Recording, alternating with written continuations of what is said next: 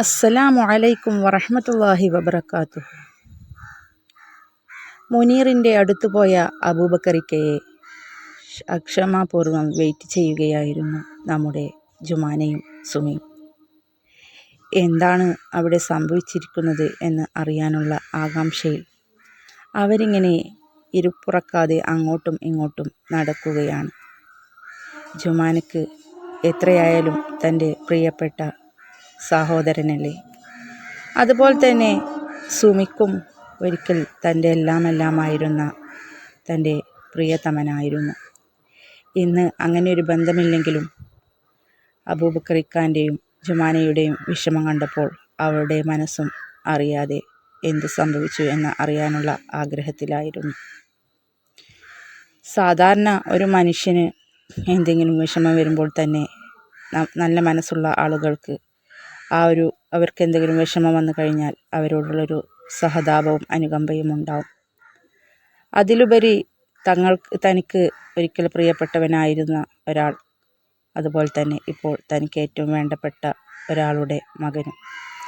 അതുകൊണ്ട് തന്നെ അദ്ദേഹത്തിനൊരു വിഷമം വന്നാൽ അത് എന്താണെന്ന് അറിഞ്ഞ് പരിഹരിക്കാനുള്ള ആ ഒരു മനസ്സിൻ്റെ ഒരു ത്വര അവൾക്കും ഉണ്ടായിരുന്നു. അങ്ങനെ അവർ ആകാംക്ഷപൂർവ്വം അബൂബക്കറിക്ക പോയ ഭാഗത്തേക്ക് തന്നെ ഇങ്ങനെ നോക്കി ഇരിക്കുകയായിരുന്നു. ആ സമയത്താണ് നമ്മുടെ അബൂബക്കറിക്ക അവിടെ നിന്നിങ്ങനെ നടന്നു വരുന്നത് സുമയുടെ കണ്ണിൽ പെട്ടത്. അത് കണ്ടതും അവളും ജുമാനയും ഓടി അദ്ദേഹത്തിൻ്റെ അടുത്തെത്തി. എന്തു പറ്റി ഉപ്പ, എന്താണ് അവിടെ സംഭവിച്ചിരിക്കുന്നത് എന്ന് സുമയും ജുമാനയും ഒരേ സ്വരത്തിൽ ചോദിച്ചു. അബൂബക്കറിക്ക പറഞ്ഞു. അദ്ദേഹത്തിന് കണ്ണുകൾ നിറഞ്ഞ് വാക്കുകൾ ഇടറുന്നുണ്ടായിരുന്നു. പൊന്നുമോളെ, ഇനി ഒന്നും പറഞ്ഞിട്ട് കാര്യമില്ല. അവനവൻ ചെയ്യുന്ന തെറ്റ് അവനവൻ അനുഭവിക്കുമെന്ന് പറഞ്ഞതുപോലെ എൻ്റെ മോൻ എന്ത് കാരണം പറഞ്ഞു നിന്നെ ഉപേക്ഷിച്ചോ ആ ഒരു കാര്യം യാഥാർത്ഥ്യമായിരിക്കുന്നു എന്ന് അദ്ദേഹം പറഞ്ഞു. ഇത് കേട്ടതും സുമി ഒന്നും മനസ്സിലാകാത്ത പോലെ അദ്ദേഹത്തെ ഇങ്ങനെ നോക്കി. അതുപോലെ തന്നെ ജുമാനയും. എന്താണ് ഉപ്പ ഒന്ന് തെളിയിച്ച് പറയുമെന്ന് ജുമാന പറഞ്ഞു. അദ്ദേഹം പറഞ്ഞു, അവൻ്റെ ഭാര്യ ഗർഭിണിയായിരുന്നു മോളെ. അവൾ മുകളിൽ നമ്മുടെ സ്റ്റെയറിൽ നിന്ന് താഴേക്ക് വീണ് കുഞ്ഞിനെ നഷ്ടപ്പെട്ടിരിക്കുന്നു. ഇനി അവളുടെ ജീവൻ രക്ഷിക്കണമെങ്കിൽ ഗർഭപാത്രം എടുത്തു കളഞ്ഞ് ആ ഒരു ഓപ്പറേഷൻ ചെയ്താൽ മാത്രമേ അവളുടെ ജീവൻ രക്ഷിക്കാനാകൂ എന്നാണ് ഡോക്ടർമാർ പറയുന്നത്. ഇനി എന്തായാലും എൻ്റെ മോന് ഒരു ഉപ്പയാകാനുള്ള യോഗം ഇല്ല. അതുപോലെ തന്നെ നമ്മുടെ പരമ്പര തന്നെ അവനിലൂടെ അവസാനിച്ചിരിക്കുകയാണ്.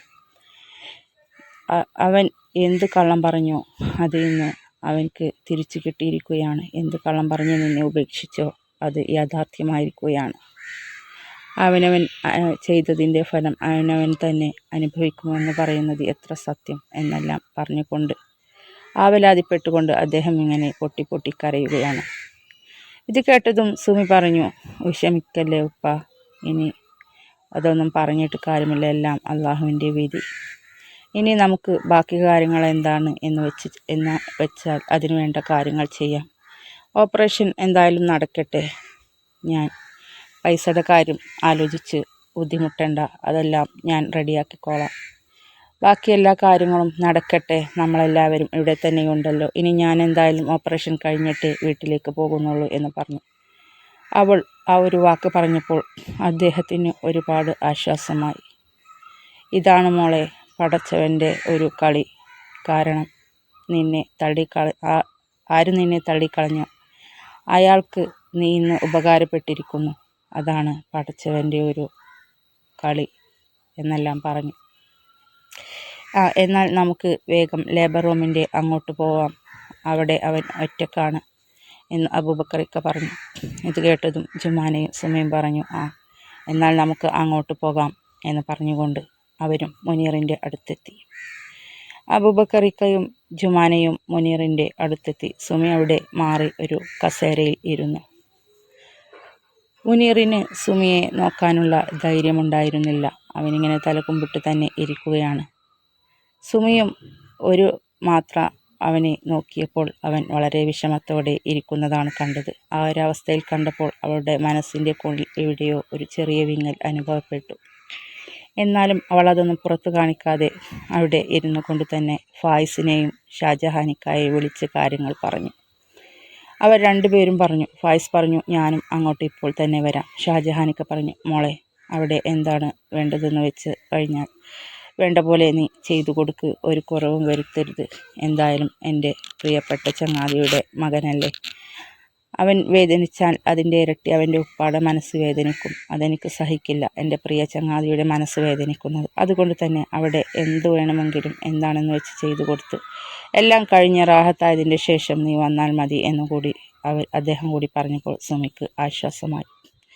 എല്ലാത്തിനും തൻ്റെ കൂടെ നിൽക്കുന്ന ഭർത്താവാകാൻ പോകുന്ന ആളെ ഫായിസിൻ്റെയും അതുപോലെ തന്നെ അവൻ്റെ വീട്ടുകാരുടെയും ആ ഒരു സഹകരണം കണ്ടപ്പോൾ അവൾക്ക് എന്തായാലും നഷ്ടപ്പെട്ട ജീവിതത്തെക്കുറിച്ച് അധികം ഖേദിക്കേണ്ടി വന്നില്ല. കാരണം അതിലേറെ നല്ലൊരു ജീവിതമാണ് അവൾക്ക് ഇപ്പോൾ കിട്ടിയിരിക്കുന്നത്. അങ്ങനെ എന്തായാലും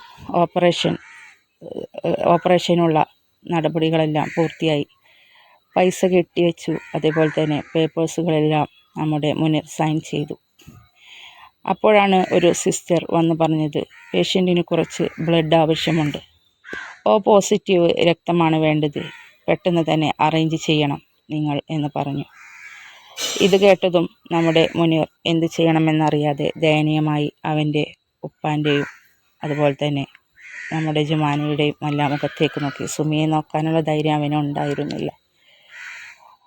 അതിനിടയിൽ നമ്മുടെ അബൂബക്കറിക്ക വന്ന് സുമിയോട് പറഞ്ഞു, മോളെ, നീ കേട്ടില്ലേ, ബ്ലഡ് പെട്ടെന്ന് സംഘടിപ്പിക്കണമെന്നാണ് പറയുന്നത്, ഞങ്ങളൊന്ന് പോയി നോക്കട്ടെ എന്ന് പറഞ്ഞു. അപ്പോൾ സുമി പറഞ്ഞു, O പോസിറ്റീവ് എന്നല്ലേ പറഞ്ഞത്, എൻ്റെ ബ്ലഡ് O പോസിറ്റീവാണ്, ഞാൻ കൊടുത്തോളാം അവൾക്ക് രക്തം എന്ന് പറഞ്ഞു. ഇത് കേട്ടതും അവിടെ കൂടി നിന്നവരെല്ലാം ഞെട്ടിത്തരിച്ചു പോയി. അബൂബക്കറിക്കാൻ്റെയും ജുമാനയുടെയും അതുപോലെ തന്നെ മുനീറിൻ്റെയും കണ്ണുകൾ സന്തോഷം കൊണ്ട് നിറഞ്ഞുപോയി. കാരണം ആർക്കു വേണ്ടിയാണോ തന്നെ ഉപേക്ഷിച്ചത് അവൾക്ക് വേണ്ടിയാണ് ഇപ്പോൾ തൻ്റെ ഞരമ്പിലൂടെ ഓടുന്ന സ്വന്തം രക്തം കൊടുക്കാൻ സുമി തയ്യാറാകുന്നത്. ഭൂമിയിൽ ഏതെങ്കിലും ഒരു പെണ്ണിന് ഇതിന് സാധിക്കുമോ?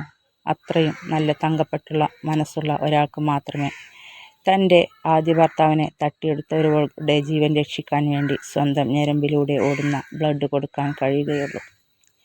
ഇതെല്ലാം കേട്ടപ്പോൾ മുനീറിന് ഇനി അവളുടെ മുൻപിൽ നിൽക്കാനുള്ള യോഗ്യത പോലും തനിക്കില്ല എന്നല്ല തോന്നി. അവൻ സ്വയം പഴിച്ചു. എന്തൊരു ജന്മമാണ് തൻ്റേത്. താൻ ഉപേക്ഷിക്കപ്പെട്ടവളെ ആർക്കു വേണ്ടിയാണോ ഉപേക്ഷിച്ചത് അവൾക്ക് വേണ്ടി അവളുടെ രക്തം കൊടുക്കാൻ പോകുന്നു. ഇതിൽ പരം ഒരു അപമാനം, നാണക്കേട് എന്തുണ്ട്? പക്ഷെ ആ ഒരവസ്ഥയിൽ അത് സ്വീകരിക്കല്ലാതെ അവന് നിവൃത്തിയുണ്ടായിരുന്നില്ല. അങ്ങനെയൊക്കെ കുറ്റബോധം കൊണ്ട് ഓരോ ചിന്തകൾ അവൻ്റെ മനസ്സിൽ കടന്നുപോയെങ്കിലും ഇപ്പോൾ തൻ്റെ മുന്നിൽ പടച്ചവൻ നേരിട്ട് ഇറങ്ങി വന്ന പോലെയാണ് സുമിയുടെയും അബൂബക്കറിക്കയുടെയും ജുമാനയുടെയും സാന്നിധ്യം അവൻക്ക് തോന്നിയത്. ഒരിക്കൽ ആർക്കു വേണ്ടി അവരെല്ലാം ഉപേക്ഷിച്ചോ, എന്നാൽ ആ ഒരാൾക്ക് വേണ്ടി തന്നെ ഇപ്പോൾ അവരെല്ലാവരും തനിക്ക് കടപ്പെട്ടിരിക്കുന്നു. അവരെല്ലാവരോടും താൻ കടപ്പെട്ടിരിക്കുന്നു. അങ്ങനെ എന്തായാലും ഓപ്പറേഷൻ കഴിഞ്ഞു. ഏതാനും മണിക്കൂറുകൾക്ക് ശേഷം ഓപ്പറേഷൻ തിയേറ്ററിൽ നിന്നും ഡോക്ടർ ഇറങ്ങി വന്നു. ഡോക്ടറെ കണ്ടതും അവർ 4 പേരും ഡോക്ടറുടെ അടുത്തെത്തി. എന്തായി ഡോക്ടർ കാര്യങ്ങൾ എന്ന് ചോദിച്ചു. ഡോക്ടർ പറഞ്ഞു, കുഴപ്പമൊന്നുമില്ല, അൽഹംദുലില്ലാ, എല്ലാം നല്ല രീതിയിൽ കഴിഞ്ഞു. ആളെ ഇപ്പോൾ ICUവിലേക്ക് മാറ്റിയിട്ടുണ്ട്. കുറച്ചു നേരം മയക്കത്തിലായിരിക്കും, അനസ്തേഷ്യ കൊടുത്തതിൻ്റെ മയക്കത്തിലായിരിക്കും. അതുകൊണ്ട് കുറച്ച് മണിക്കൂറുകൾ കഴിഞ്ഞാൽ നിങ്ങൾക്ക് കയറി കാണാം, സംസാരിക്കാം. എന്തായാലും ഗർഭപാത്രം എടുത്തു കളയല്ലാതെ നമുക്ക് മുന്നിൽ വേറെ നിവൃത്തിയുണ്ടായിരുന്നില്ല. അതുകൊണ്ട് തന്നെ ഇനി ഭാവിയിൽ നിങ്ങൾക്കൊരു കുട്ടിയെക്കുറിച്ച് ചിന്തിക്കുകയാണെങ്കിൽ ദത്തെടുക്കുകയോ അങ്ങനെ എന്തെങ്കിലും ചെയ്യാം, അല്ലാതെ വേറെ വഴിയില്ല. നമ്മുടെ മുന്നിൽ ഇപ്പോൾ ആ പേഷ്യൻറ്റിൻ്റെ ജീവനായിരുന്നു വലുത്. അതുകൊണ്ട് തന്നെ നമ്മൾ ഓപ്പറേഷൻ ചെയ്ത് ഇപ്പോൾ കുഴപ്പമൊന്നുമില്ല, അൽഹംദുലില്ലാ എന്നും പറഞ്ഞുകൊണ്ട് ഡോക്ടർ അവിടെ നിന്നും ധൃതിയിൽ അടുത്ത കേസിനായി പോയി. അങ്ങനെ ഏതാനും മണിക്കൂറുകൾ കൂടി കഴിഞ്ഞു. ICUവിൻ്റെ മുന്നിൽ അബൂബക്കറിക്കയും ജുമാനയും അതുപോലെ തന്നെ മുനീറും സുമിയും എല്ലാം വെയിറ്റ് ചെയ്യുകയാണ്. കുറച്ച് സമയം കൂടി കഴിഞ്ഞപ്പോൾ ICUവിൻ്റെ അകത്ത് നിന്നും ഡോർ തുറന്നുകൊണ്ട് ഒരു നഴ്സ് പുറത്തേക്ക് തല നീട്ടി വിളിച്ചു. മുനീറ റഹീമിൻ്റെ കൂടെയുള്ളവർ ആരാണ് എന്ന് ചോദിച്ചു. ഇത് കേട്ടതും അബൂബക്കറിക്കയും മുനീറും എഴുന്നേറ്റ് ചെന്നു. പേഷ്യൻറ്റിനിപ്പോൾ ബോധം തെളിഞ്ഞിട്ടുണ്ട്. ആർക്കാണ് കാണേണ്ടത് എന്ന് വെച്ചാൽ കയറി കണ്ട് സംസാരിക്കാം എന്ന് പറഞ്ഞു. അപ്പോൾ അബൂബക്കറിക്ക മുനീറിനോട് പറഞ്ഞു, മുനീർ, നീ ആദ്യം ചെന്ന് കാണ്. ഞങ്ങളെയൊന്നും അവൾക്ക് പരിചയമില്ലല്ലോ, അതുകൊണ്ട് തന്നെ നീ ചെല്ല് എന്നിട്ട് കണ്ടുവായോ എന്ന് പറഞ്ഞു. അങ്ങനെ മുനീർ എന്നാൽ ഞാൻ പോയി വരാമെന്നും പറഞ്ഞുകൊണ്ട് ICUവിൻ്റെ അകത്തേക്ക് കയറി.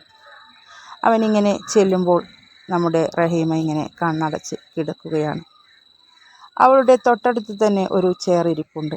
മുനീർ അതിലിരുന്ന് അവളുടെ നെറ്റിമേൽ ഇങ്ങനെ കൈവച്ച് റഹീമ എന്ന് വിളിച്ചു. റഹീമ പാതിമയക്കത്തിലൊന്നോണം കണ്ണുകൾ തുറന്നു. അവൾ മുനീറിനെ ആദ്യമായി കാണുന്നത് പോലെ ഇങ്ങനെ നോക്കി തുറിച്ചു നോക്കുകയാണ്. അവൾ ചോദിച്ചു, മുനീർ, എന്താണ് എനിക്ക് സംഭവിച്ചത്? നമ്മുടെ കുഞ്ഞിന് ഒന്നും സംഭവിച്ചിട്ടില്ലല്ലോ എന്ന് ചോദിച്ചു. ഇത് കേട്ടതും നമ്മുടെ മുനീർ അവൾ അബോധാവസ്ഥയിലായതുകൊണ്ട് തന്നെ ഒന്നും അറിഞ്ഞിട്ടുണ്ടാവില്ല.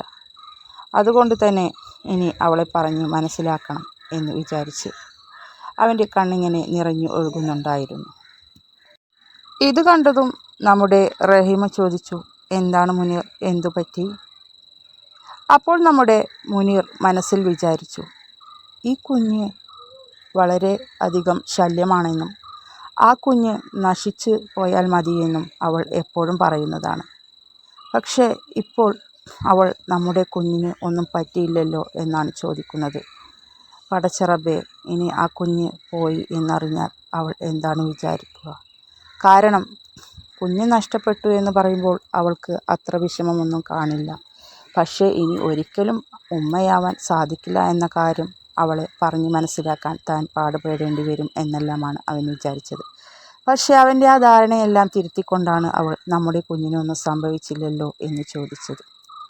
അപ്പോൾ അവൾ ആ കുഞ്ഞിനെ സ്നേഹിച്ചു തുടങ്ങിയിരുന്നോ എന്നെല്ലാം അവൻ വിചാരിച്ചു. അല്ലെങ്കിലും സാധാരണ എല്ലാവരും പറയുമല്ലോ, കണ്ണ് നഷ്ടപ്പെടുമ്പോഴേ അതിൻ്റെ വില അറിയൂ എന്ന് പറഞ്ഞ പോലെ നഷ്ടപ്പെട്ടു എന്ന് തോന്നുമ്പോഴാണല്ലോ നമുക്കെല്ലാം അതിൻ്റെ വില അറിയുന്നത്. അവൻ്റെ കണ്ണുകൾ ഇങ്ങനെ നിറഞ്ഞൊഴുകുന്നത് കണ്ടാണ് റഹീമ എന്തു പറ്റി എന്ന് ചോദിക്കുന്നത്.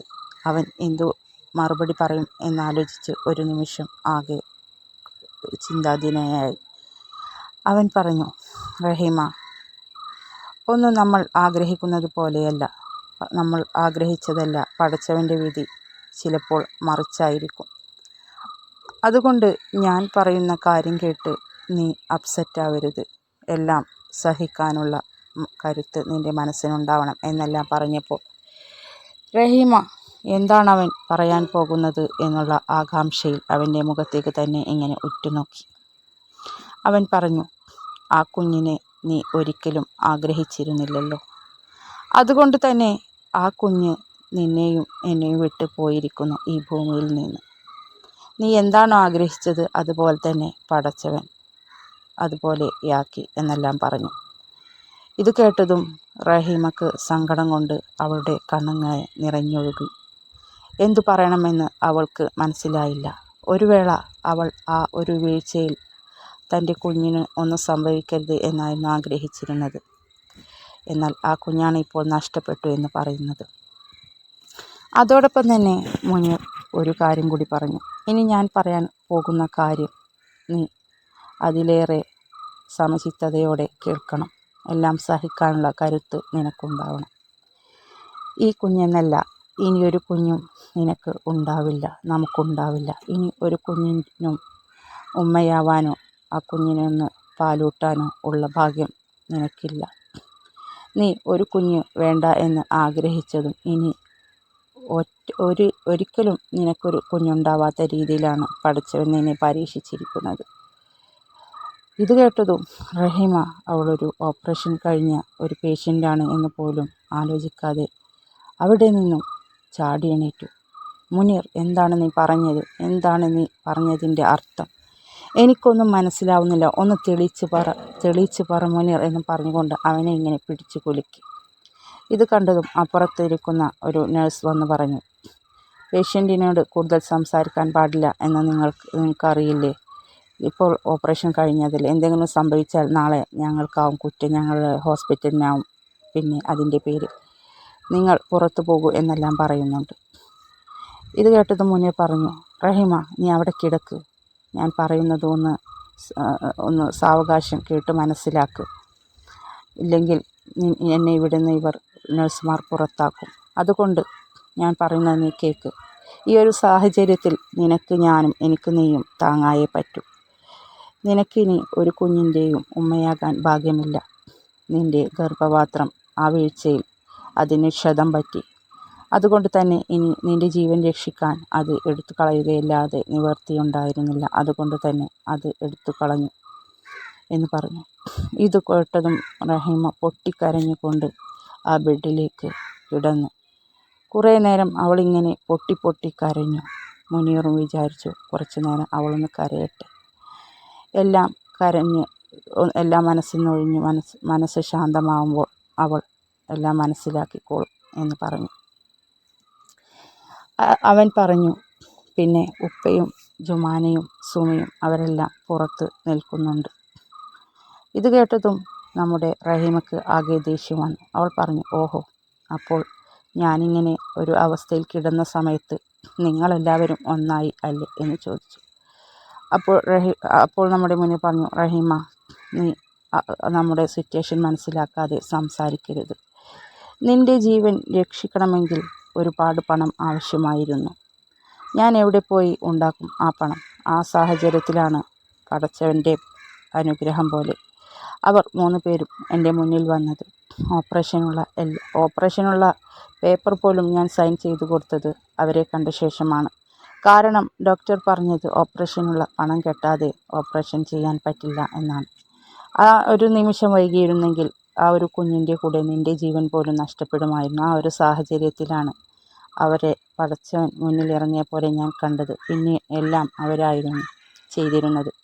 പിന്നെ നിൻ്റെ ശരീരത്തിലൂടെ ഓടുന്ന ഈ ബ്ലഡ് ഉണ്ടല്ലോ, അതിപ്പോൾ അവളുടെ ബ്ലഡാണ്, സുമയുടെ എന്ന് പറഞ്ഞു. ഇത് കേട്ടതും റഹീമ പറഞ്ഞു, അത് ശരി, ആ നശിച്ചവളുടെ ബ്ലഡാണ് ഇപ്പോൾ എൻ്റെ ശരീരത്തിലൂടെ ഓടുന്നത്.